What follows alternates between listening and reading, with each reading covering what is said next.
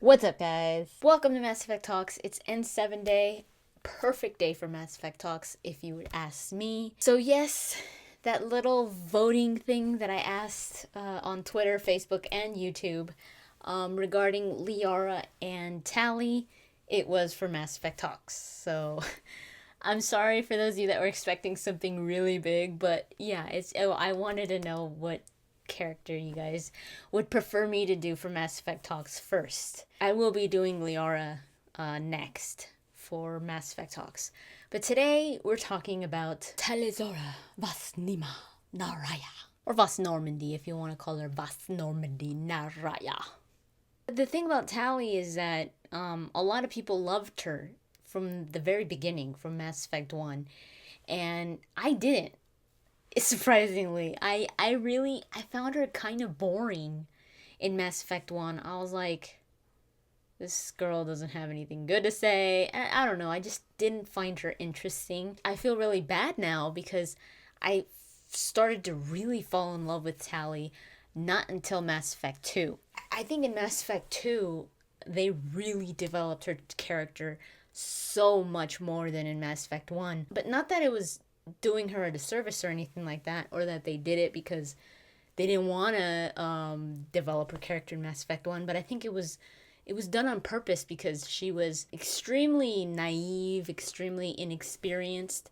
She was very young. She was on her pilgrimage. She had never really left the flotilla. She didn't know anything about adventuring. She was shy, but she always had that adventurous side to her, I think.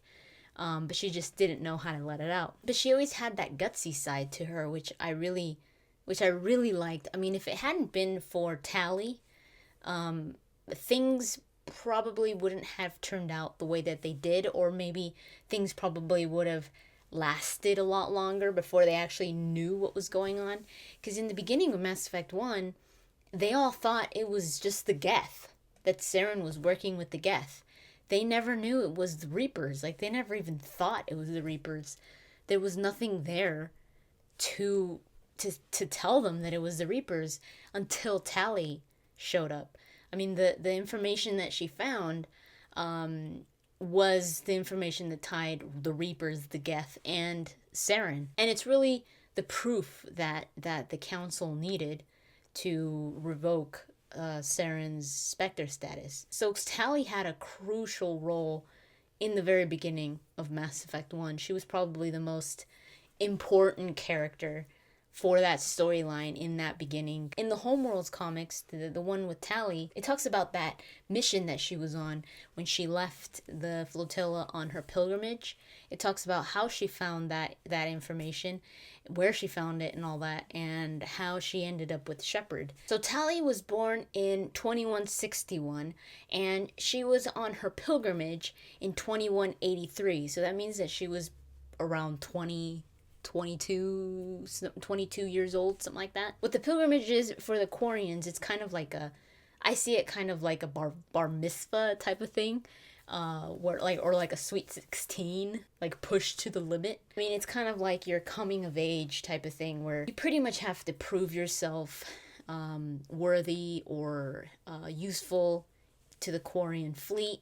Once you hit a specific age, you go off on your pilgrimage. It's like this, adventure, but it's not just to adventure, it's to find something that will benefit the Quarians in some way. So she starts her pilgrimage, and she was aboard the vessel Honorata. She was accompanied by another Quarian. His name was Kina Briz. I can't pronounce the last name, but she was planning to go to Ilium first for her pilgrimage, but on her way there, through the Crescent Nebula, the Honorata, this ship, detects the presence of Geth on an unidentified ice world. So Tali and Kina decide to stop there to check it out, and they're able to disable a Geth unit that was there. So since Tali is so skilled in electronics and engineering and all that, they're able to decode this recording that the Geth had, that unit. And it talks about Saren, the Geth, Eden Prime and the coming of the Reapers. So this is that data that Tali had in Mass Effect 1. So this was potentially a great way for her to end her pilgrimage, because it was huge information. So they were going to go to Ilium to turn this information in, but a Turian that was on that same planet that worked for Saren, I believe his name was Jacobus, finds out that they got this information, and he's like, we need to kill them. So the Turian and some Geth go after Tali's ship. And when Tali gets to Ilium, I mean, them being Quarians, wherever Quarians go, they're always going to get turned away, or they're always going to be made to wait, because people in the galaxy look down on Quarians because they see them as like scavengers, and they're just here to like take things and like steal things and stuff like that. So Ilium turns them away. They can't land. This Turian is able to get there before them. They end up in this shootout, and instead of just trying to wait there in Ilium, they escape, and they go towards the Citadel instead, thinking that they should probably give this information to the council then. Since they're Quarians, C-Sec gets a hold of them, and they detain them. C-Sec tells her that she's not getting to see the council, that it's months for them to actually get into there to talk to them. So in this time, this is when Jacobus the Turian that works for Saren, arrives on the Citadel, and again chases after the Quarians. And this is where Tali ends up getting shot, and so does her partner. But her partner is wounded lethally, so he dies. And Tali, this is where Tali ends up killing the Turian. She locks him up in this furnace and like burns him alive. I was like, damn, Tali, that's cold or hot, whatever. This is how Tali ends up with Dr. Michelle in Mass Effect 1, and Dr. Michelle tells her that she should talk to the Shadow Broker or some agent from the Shadow Broker, that this information would go well with him, like it would be in the right hands. But she's double-crossed by Fist, because Fist works for Saren. He used to work for the Shadow Broker, and there's that whole like mix-up in Mass Effect 1 where Garrus gets involved, and Tali ends up meeting Shepard because Shepard saves her because Fist was going to kill her and all this stuff. So that's how we get Tali. So Tali was born in 2161 on the ship the Raya in the flotilla, which is why her name is Tali'Zorah Naraya. Quarians add their given name, which is Tali, and then their before they serve on a ship, it's the ship that they came from, and then once they serve on a ship, you add that into there. So Tali'Zorah Vasnima Naraya. But after she completed her pilgrimage, she started to serve on the Nima, which is during Mass Effect 2. When she goes on her mission to Freedom's Progress to look for another Quarian that was on his pilgrimage there,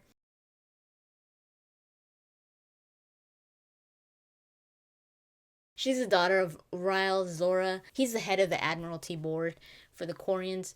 Her mother died 5 years before her pilgrimage started, I believe. She died of an airborne virus. So the highest position in the Quarian fleet was the position that her father held, being the head of the Admiralty Board. So a lot of expectation was placed on Tali's pilgrimage, which is why joining Shepard was so important for her, and also continuing the mission on forward. The thing about Tali that I couldn't really appreciate Tali in Mass Effect 1 until I started to know more about her in Mass Effect 2. That's when I really started to understand Tali. She felt boring to me. And I feel really bad saying that now, because she's now one of my favorite characters, and definitely one of those characters that just grows so much throughout that trilogy. She ended up being completely different, like the completely opposite from Mass Effect 1 to Mass Effect 3, which I find just so cool to see that transition, especially since Tali was one of the characters that stuck with you throughout all three games, and that just makes her really special to me, her and Garrus, because it really shows just how deep that friendship goes, because not everybody was there for you afterwards. Liara was, she couldn't join you because she was dealing with issues on her own side. So it wasn't really that she didn't want to join you. It was more like, I have a duty here and I wish you the best, but I can't. I'm sorry, kind of thing. Caden or Ashley, they turned your back on you like so bad, and they were your romance options from Mass Effect 1. I mean, not even Tali. Tali wasn't, but she stuck with you. She was like, you know what? There's no way I'm not going with you. And the sweetest thing about Tali, I just loved her in Mass Effect 2 because you really start to see just how much she cares about Shepard.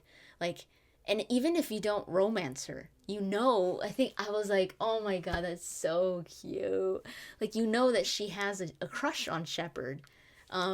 Whether you romance her or not, she has a crush on Shepard, and she always had it since Mass Effect 1. Liara tells you this in the Lair of the Shadow Broker. She says, she tells you if you're in a romance with her, but I think it was true either way, where she tells you that, when she met you, she says something like, when she met you, I knew that she was like smitten with you. She didn't use those words, but she pretty much just tells him that, and Shepard tells her, I wish you had told me that back then. And Liara says something like, it would have lost the fun of you finding out. Even before any of the romance options, Shepard hears a recording of Tali talking in a journal that she was recording when you're on Haestrom. You hear her saying, how she misses Shepard and how he wishes that he was there. And I'm talking about he because I had a he Shepard, not a she, but I thought that was so sweet. I was like, oh, Tali. I mean, Tali had so much reason to just turn on you when she knew that you were working for Cerberus, because Cerberus didn't really treat the Quarians very well, and they mentioned this in Mass Effect 2, but what she was talking about was in the books. When it was in Ascension, I believe. Towards the end of Ascension, Paul Grayson pretty much turns on Cerberus and to save his adoptive daughter, Jillian. And Jillian had been sent to the Quarian flotilla to be taken care of, like that's where she was going to be safe from Cerberus. But Cerberus finds out that that's where she is, and they attack the flotilla. So they actually they get on the ships, the flotilla, and I think they got on the life support. I forgot what that one's called, but where civilians are, I believe that's where. Yeah, I think that's where they got on. They boarded, and they killed a lot of Quarians, and because of Cerberus. So that's what Tali's talking about. So the Quarians have a lot of reason to have a grudge with Cerberus. So when Tali figured out that Shepard was working for Cerberus, that's why she was like, what? So she had all the reason to not accept Shepard, where she's like, yeah, right. Kind of like Ashley did, or Caden, when they really didn't have a reason to turn on you like that. I mean, that's what I hated about Ashley. Like, I seriously felt like I wanted to slap her. Like, I was like, girl, don't even get me started. She was so mad at you that I was like, dude, I need to do these things. I need to get things done. You gotta trust me. You know me better than anybody. Like, how could you not? I thought you loved me. Like, how could you not trust me here? And she's just like, oh my god. But Tali, that actually has a reason. She's surprised, but she trusts you. Like, she trusts you. She knows that you're probably she knows that you're doing this for the right reasons. She even thinks that Shepard is like a spy, like an undercover agent type of thing to take out Cerberus. But she trusts you. She never loses trust. And she's so loyal. She's so loyal to Shepard, which is what really made me just go, oh my god, like Tali's awesome. I know that Tali, no matter where you're going, she would be there, like right by your side. Her and Garrus, I know that for sure. I think I can think of a few others, maybe Liara too, although she didn't really join you for the suicide mission, which was really really big. But I mean, she had some big stuff going on her end, but Tali did too. So Tali left everything she was doing to join you, and she was doing some pretty big stuff. She was placed in a leadership position to lead that group on Freedom's Progress, and then she was placed in the leadership position after Shepard left. She couldn't tell Shepard about this secret mission that she was working on, which was the Haestrom mission. So her team went on Haestrom, and her team pretty much was obliterated except for like Cal Rieger, and this really affected her so much. That fight against the Geth, losing her team, she felt like she was to blame for it. But she keeps telling you, she tells you this in Mass Effect 3 too, like why she accepted the position of Admiral was because she was thinking about Shepard and like what Shepard would do. And it's just like, oh my god. There's so many reasons to just absolutely love Tali because of that loyalty. I mean, if there is the first characters that come to mind when you think of loyalty, it's Garrus and Tali for me, for sure, because they've always been there for you, no questions asked. Another instance when you were like, oh my god, Tali's probably gonna flip, was when she sees Legion. I mean, you've got a freaking Geth unit in the Normandy, and when that moment was so good when she sees Legion, and she's like, it was so tense. It was like, and even before, like when you knew that Tali was gonna join you, I was like, oh my god, what is she gonna say? I knew she was gonna flip, and that's when you really see that anger inside Tali. I mean, usually she holds her emotions pretty well. She kind of hides them well. You could tell when she's really hurting, for her people especially, but she's never really been angry. Like, you've never really seen her explode, or she's always been very much in control. I think the only times when you actually see her react was in Mass Effect 2, where you see so many different sides to Tali that you hadn't seen in Mass Effect 1, and you don't really see in Mass Effect 3 either. I think in Mass Effect 3 you see a more mature Tali, a Tali that knows how to control her emotions and all that. Of course, except for one instance, which I will go into later. But in Mass Effect 2, you just see this struggling Tali. In Mass Effect 1, it was this Tali that really didn't know who she was, that was trying to find a place in the galaxy, within her people, within the Normandy, meeting new people. She had just been fresh out of the flotilla. She had never actually, been with any aliens before. And in Mass Effect 2, she was struggling so much to come to terms with who she was, with the position she held, with everything around her. Like, she blamed herself for losing the team on Haestrom. And then all of a sudden she sees this Geth on the Normandy, and she's like, and then she first she knows that you're working for Cerberus, and she's like, what? And then she's like, you know what? Okay, I'll go with it. I'll ride with it. You probably have a good reason for doing it. I know you, and I know that you wouldn't just join Cerberus because you're evil or whatever. So she trusts him.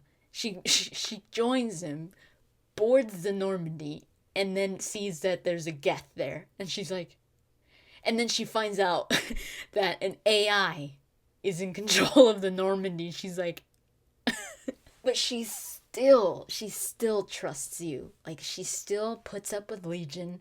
They even become friends. in Mass Effect 3, she says, she pretty much lets you know that because she met Legion, she actually thinks that the Geth and the Quarians could find peace together, and that probably obliterating them isn't the only option. And so she keeps trusting Shepard even after that. I mean, that was kind of like pushing it to the limit right there, putting a Geth in front of a Quarian, and knowing that an AI was was pretty much taking over the Normandy.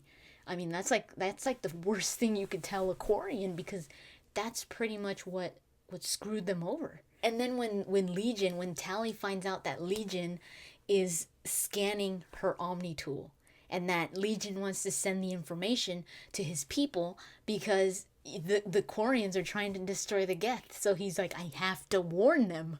And Tali's, are you freaking kidding me? If you side with Legion, Tali, you don't get Tali's loyalty. If you side with Tali, you don't get Legion's loyalty. So you have to kind of calm them all down, and they pretty much come into an accord where Tali tells Legion, you know what, I'll give you like confidential information that you could send them. Would that be okay? And Legion's like, okay, fine. So even for Tali to do that, for Tali to come within an accordance, like an accord with a Geth, to make negotiations with a Geth. She was ready to blow a hole into Legion's face. Again, she trusted you. And she trusted Legion, which I really never thought that would have been possible. And then Tali's loyalty mission, which was one of my favorite loyalty missions in Mass Effect 2. That's what Mass Effect 2 had that I think the other games didn't really have, were those really deep moments with each of the characters. There were similar things in Mass Effect 1, and there are a lot of interactions, really nice interactions in Mass Effect 3, but I think in Mass Effect 3 it's more of like connecting with your friends and doing things with them because you know that this is probably it. And then in Mass Effect 2 there was the loyalty missions that were just like, oh my god, they were so personal. The Garrus loyalty mission, where you just delved into that character so much, so deep. You saw things that you had never seen before. The characters react in such relatable ways, like such human ways, even though they were alien. And same with Tali. Tali was like, oh my god, I'm actually probably going to be exiled. They even took the Vasnima out of her name, and they made her Vas Normandy. And as much as she accepted that as like not really something bad, because she was proud of serving the Normandy, and she actually kept it afterwards, that title, but it was like they were disowning her. She loves her people. That's one thing that you know for sure, and probably one of the only things that would make her question her loyalty for Shepard. If she's ever put in the situation where she has to choose her people, the good of her people, the survival of her people, or sticking with Shepard, I think she would probably go for the survival of her people, because that's all she's ever thought of. That's all she's ever wanted to accomplish. And I think she would choose that, because I think she knows that Shepard would want her to choose that as well. So that loyalty mission where she's like, it hit her like a ton of bricks, because she was like, I'm going to be exiled from my people that all I've ever done is just serve them. So she ends up going, and if you could actually take Legion, and it's it's so crazy. If you take freaking Legion, I love that scene where you take Legion on the flotilla, when he walks in, the Quarians are like, yeah, the depth of that mission, especially when she finds out that her father might be dead, and she feels like it was her fault, because she was sending him pieces, deactivated pieces, and she tells Shepard, I made sure that they wouldn't reanimate. I made sure that they were pieces that that really could never come back to life, or that really nothing could ever happen with him. She was like, if I had known, I would have never sent that. If I knew that there was a problem or that there was a risk, I would have never sent them to him. But it turns out that Tali'Zorah is dead, and that was killed by Geth. And that moment is just heartbreaking, where she just starts crying, and oh man. And then Shepard hugs her. It's a Paragon interrupt where he could hug her, and I love that scene. That's one of my favorite scenes of the whole Mass Effect trilogy, was that scene where Tali sees her father dead, and Shepard comforts her. I think that situation really made Tali mature so much more. It made her into a stronger person, to not just feel bad for herself, but to actually do something about it, and to make her father's death actually count for something, and to continue doing what he had always wanted, and all that. So I forgot to mention Tali's personal assignment in Mass Effect 1. Each character had like a little favor that they asked of you, and you could say yes or no. Tali's was whether you would give the information that you found on the Geth. It was a cache of data that you found on a terminal at the main Geth base on Sulcrum, detailing the early days of Geth. So Tali really wants this information to take back to the migrant fleet, for her to accomplish her pilgrimage, because it would be perfect for her pilgrimage. And you could either say yes or no, or you probably won't even get the chance of getting that option of giving it to her if you go straight to hack it. I gave it to her, obviously. If you do, she sticks around with you no matter what, and she's like happy and all that. But if you don't, she says that she'll accompany you still on your mission, but that she's gonna leave right afterwards to try to find something else for her pilgrimage. So if you've played the games, you know that Tali is a freaking genius when it comes to engineering, and all that fun stuff that engineer Adams has to deal with. In Mass Effect 1, she's down there with Adams, and he tells Shepard that she's pretty skilled, and she knows what she's doing and all this stuff. She's extremely excited to be aboard one of the most advanced ships in the Alliance. But she says that she can't sleep at night because of how quiet it is. She feels like, for a Quarian, a ship that's quiet, that is that quiet, something's wrong, like something malfunctioned. So she feels like there's something that she needs to fix. I found it really funny in Mass Effect 2. No, Mass Effect 3, I think. Yeah, Mass Effect 3, because Adams wasn't there in Mass Effect 2. Yeah, Mass Effect 3. She tells him that she's gonna like change something, that it should give them, I forgot what it was, but it should like give them better performance or something like that. And Adams, and if you still have Donnelly, they tell her not to do it, and like, don't do it, you're gonna ruin this and that, it's gonna be bad. And she's like, no, I can do it, don't worry about it. And she does it, and then you hear the Normandy go doo or something like that, and like something malfunctioned, and she's like, I'll fix it.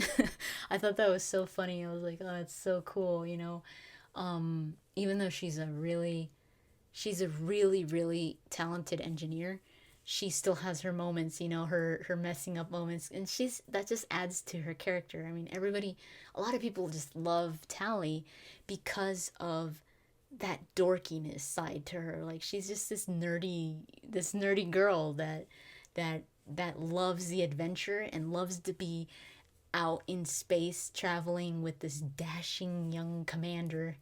And sometimes she messes up and she's really dorky about it. She's a girl with a shotgun and that's not afraid to use it. Like Garrus says that she likes things up close and personal with the shotgun. And she just seems like, if you didn't really know Tali, I think people would probably underestimate her, because she seems just like this nerdy Quarian that probably could fix your ship, but would never try to shoot you in the face with a shotgun, point blank.